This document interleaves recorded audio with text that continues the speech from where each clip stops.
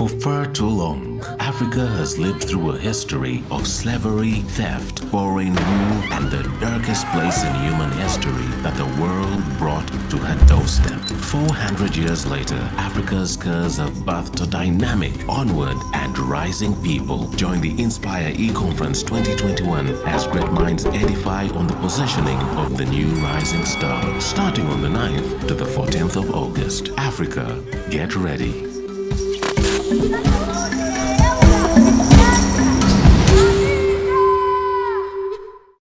Our next panelist is Dr. Godfrey Rukundo, a senior lecturer and head Department of Psychiatry, Faculty of Medicine at Mbarara University of Science and Technology.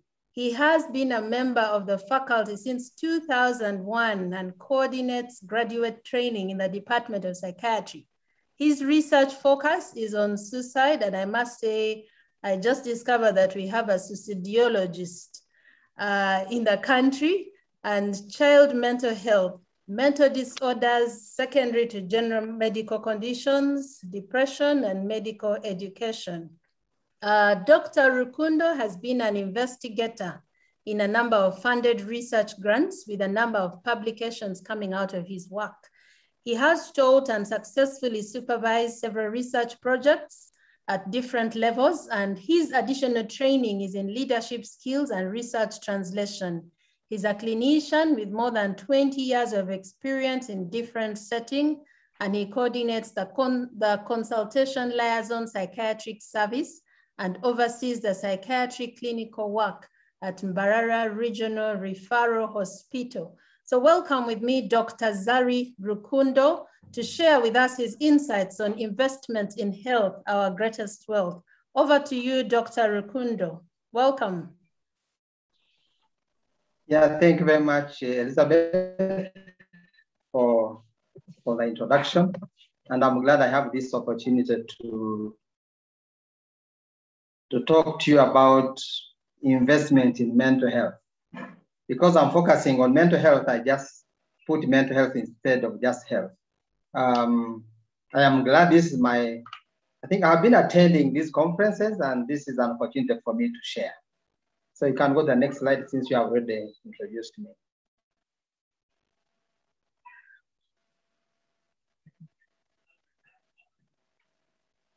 Yes, so before I make my presentation, I have these thoughts that I thought you would think about. And one of them is my neighbor mental healthy? These are thoughts to ponder. Should I be concerned about their mental health? Am I mentally healthy? Could I be mentally unwell? Could mental ill health be the cause of my physical ailments? Is there anything I can do about mental health? So you could be thinking about those questions as we go along. Next.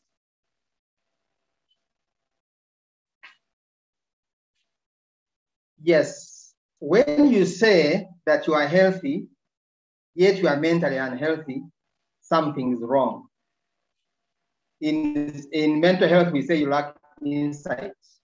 You don't understand your situation or the situation you are in. And according to WHO, there is no health without mental health. And I'm glad Dr. Musing has talked about it. You cannot say you are physically healthy when you are mentally unhealthy, because they go hand in hand. And the last question there is, could you be unwell and yet you are unaware? So let's go on. Yes, World Health Organization defines mental health as a state of well-being in which the individual realizes his or her own abilities or their own potential. And they are able to cope with the normal stresses of life. Stresses which other people also cope with.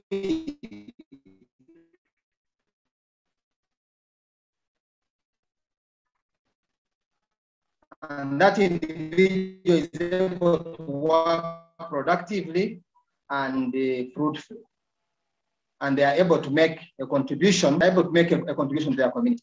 So when you look at this definition of mental health, you could think about your own life, think about are they mentally healthy, or are you mentally healthy yourself?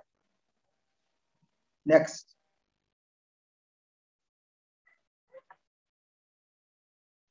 Yes, so I've just highlighted examples of mental disorders. The most common are anxiety disorders and depression. Then we have substance use disorders like alcohol use and drugs. We have post-traumatic stress disorder. And then we have schizophrenia and other psychotic disorders, which are well known by many people because most of the time when people talk about mental disorders, they are thinking about schizophrenia and they are thinking about bipolar because those are the ones which are most obvious. Then we have autism spectrum disorder and attention deficit hyperactivity disorder, which are commonly diagnosed in young people. And then we have disorders which are secondary to physical illness. They come usually following a physical illness, whether it is following cancer or following diabetes, following hypertension, or following a brain tumor. And there are many other mental disorders. I just wanted you to know that when they talk of mental illness, it is not just one disorder. There are so many disorders. Okay? Next.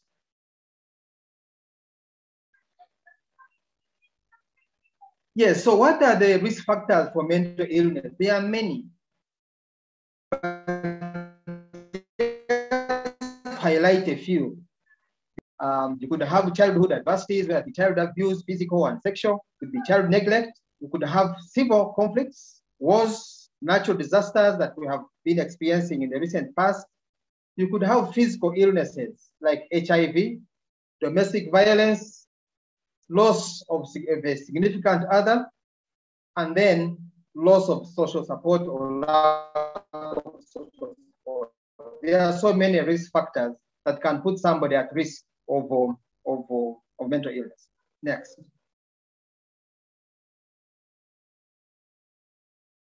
Yes, so mental illness does not segregate. The rich, the poor, it doesn't segregate among the young and the old. It doesn't segregate whether you're a Christian or an unbeliever.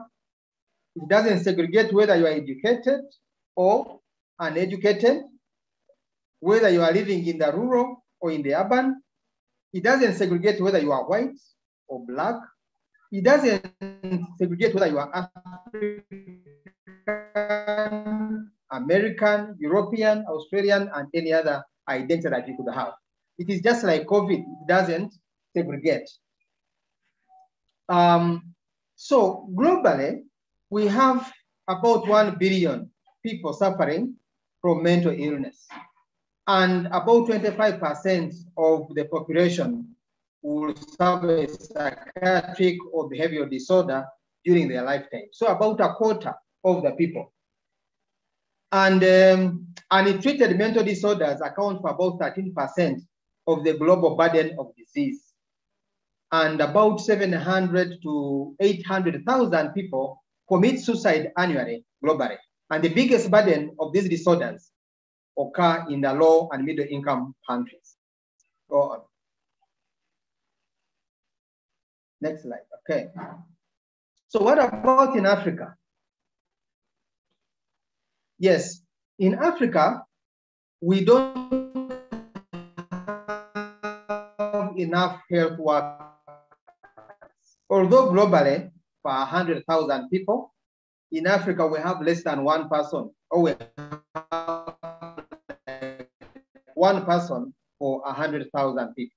One person who is trained in mental health. When we look at psychiatrists, we have about 45 psychiatrists in the entire country. Psychiatrists per 1 million, which is in the rural areas, we don't have many psychiatrists until recently when we started having at least some psychiatrists in some regional referral hospitals. And less than 10% of those who need mental health care access it because of the shortage of the specialists. Next.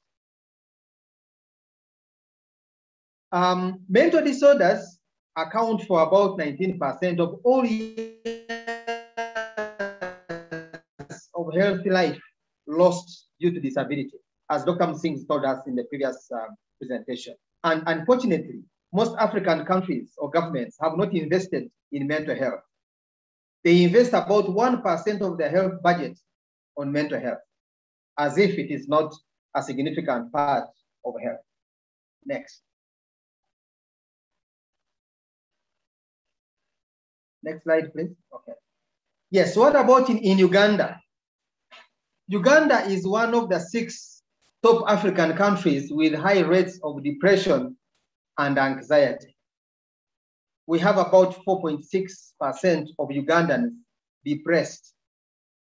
And about 1% of the health budget is on mental health. And most of this is spent at the National Referral Psychiatric Hospital, which is Butabika Hospital. And for example, we have the Mental Health Act, which was passed but has not been gazetted, yet is supposed to be the one we are using as law concerning treatment of mental disorders. But it has been in this state for a long time. It is not considered as a priority. And the COVID pandemic, that our government does not prioritize mental health, because the mental health units which had been built with a vision of promoting mental health were converted into COVID isolation centers in many regions. And again, Uganda is one of the 19 countries in the world which still consider suicide as a crime. They do not understand, or we do not understand, that this is a mental health issue. We consider it as a legal issue. We have not focused on mental health as a result of alcohol use. Instead, we have looked at the money and the taxes we can get from alcohol use. Next. Yes, so what are the available services, or what help is available in Uganda and many other African countries? There are so many outpatient care health facilities, inpatient healthcare facilities. People with mental disorders can be treated with medication. They can be treated with talk therapies. They can be given information about their disorders, and they can also be rehabilitated in different centers, including hospitals. So there are so many things that we can do to help our people. So what are some of the challenges and opportunities that we have? We have very few pharmacies importing psychiatric medications, because most of the patients, unless they have employment or unless they have supportive families, they are not able to work and they are not able to buy these medications. So the medications are not important, and those which are imported are unnecessarily expensive. And remember, most companies do not want to insure mental illness. They will insure many other things, accidents and the rest, but when you break down with depression or bipolar, they don't want to think about insuring that. So which is a big challenge. Next slide. Yes, the other challenge and also an opportunity is that we have very few people who have invested in private mental health facilities. So this is an opportunity for Africans to invest there. Most investors look at quick returns, but mental illness becomes a liability. If you don't invest in it, it still becomes a liability. Because most countries in Africa have focused on mortality. They have not focused on health, and they have not focused on mental health as a possible cause of the physical problems or the mortality that we may see in other disorders. Next slide, please. Yes, so what are some of the preventive measures? One of them is to invest at an individual level. Each individual has the responsibility of investing in their own mental health. Dr. Musing talked about sleep, talked about exercise, but also we can look at other things that we can do, like self-care, self-awareness, knowing what you can handle and what you cannot handle at an individual level, instead of thinking that when you are sick, you are going to go to hospital. We can also invest, as a government, we can invest in mental health by training more people, establishing more health facilities, because when we don't invest in mental health, it will cost other targets that we have. We will not be able to get many outcomes or outputs if the population is mentally unhealthy. Next. Next slide, please. Okay. So we have some areas, again, that have not been focused on. And as I have mentioned earlier, poor mental health leads to low work outputs. So for example, if you have employees and you don't consider their mental health, don't expect much from what they are supposed to do, because they will get burnt out, they'll be discouraged, they'll be anxious, they'll be depressed, and some of them may start treating themselves with alcohol. So not investing in their mental health may cost you other outputs. A sick neighbor or a sick brother becomes a liability. So if you don't treat them, you may feel unsafe, or they may take your time as you care for them in hospital. So investing in caring for them earlier or preventing their own mental health can be beneficial to you. And remember, denial of mental illness does not take it away. When you're sick, it's better you accept it and you handle it instead of denying it. Mental disorders, some of them, are responsible for the high crime rates. If you go to the prisons and you assess them for their mental health, you'll find that many of them have mental illness, which was not recognized even at the time the crimes were committed. So for us to reduce the crime rate, we need to invest in mental health. Next. Yes, the other opportunity, yes, I had playing, enjoying play, be happy, enhancing coping strategies that have been useful before. If you have gone through a challenge and you use the certain strategy, you can still use it now. Positive thinking, thinking that things are going to be better, hoping that things are going to be better, hoping in God as Christians to know that what you cannot handle, God can handle. Studying the word, praying, seeking counsel,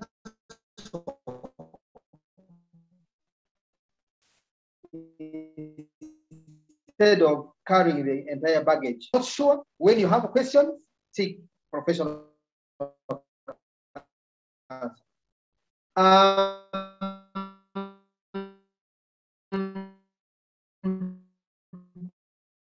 And then we need to change our attitudes. We need to change, be at individual level, community level, infrastructure.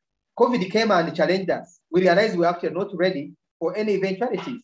We struggled. That's why the mental health units were converted into COVID treatment centers, as if mental illness had gone away. We need to invest in community mental health. We need to invest in some groups which are at risk. The police, the UPDF, the LDUs, the prison officers. We usually demand much from them, but we do not invest in their own mental health. Yet they go through a lot of difficulties and they sometimes behave in different ways that we don't expect. The border-borders, the taxi drivers, we complain about their behaviors, but have we taken interest in their own mental health?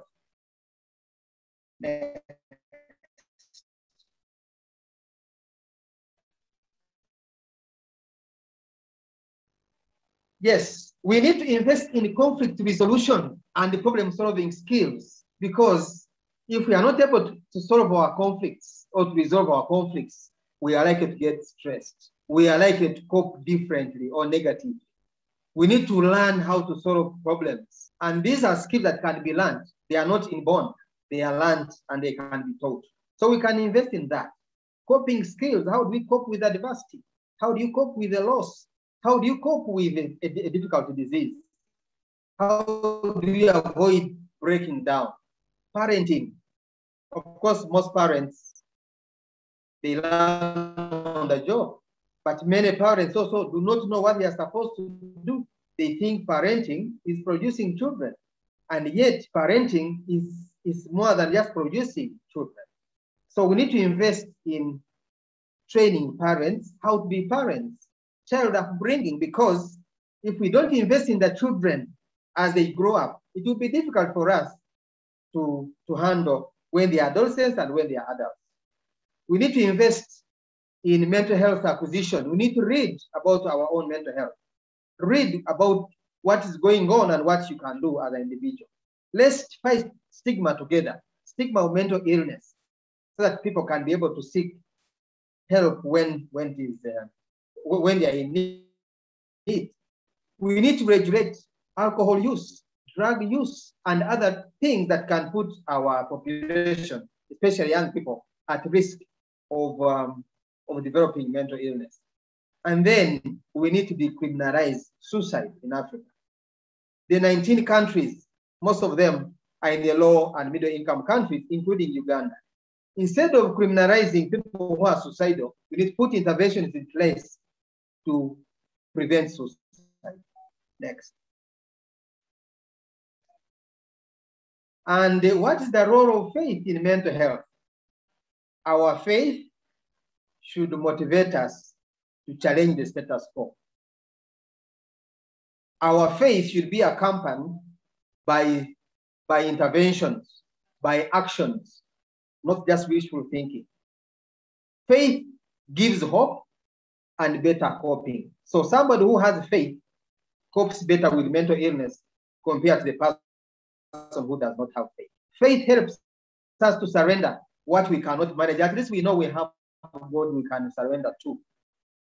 Faith leaves room for divine interventions, but we need to know when and how to apply our faith so that we don't assume things without being knowledgeable. We have to have the knowledge of when to apply our faith. Faith for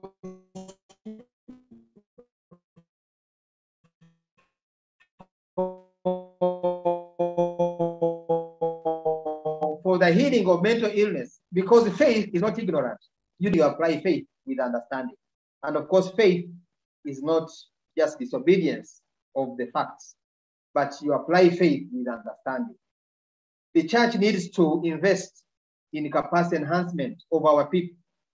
It is not just about going to heaven. If we are to develop Africa, if we are to develop our countries, if we are to be mentally healthy, the church needs to play a role in enhancing the capacity of the members. God bless you.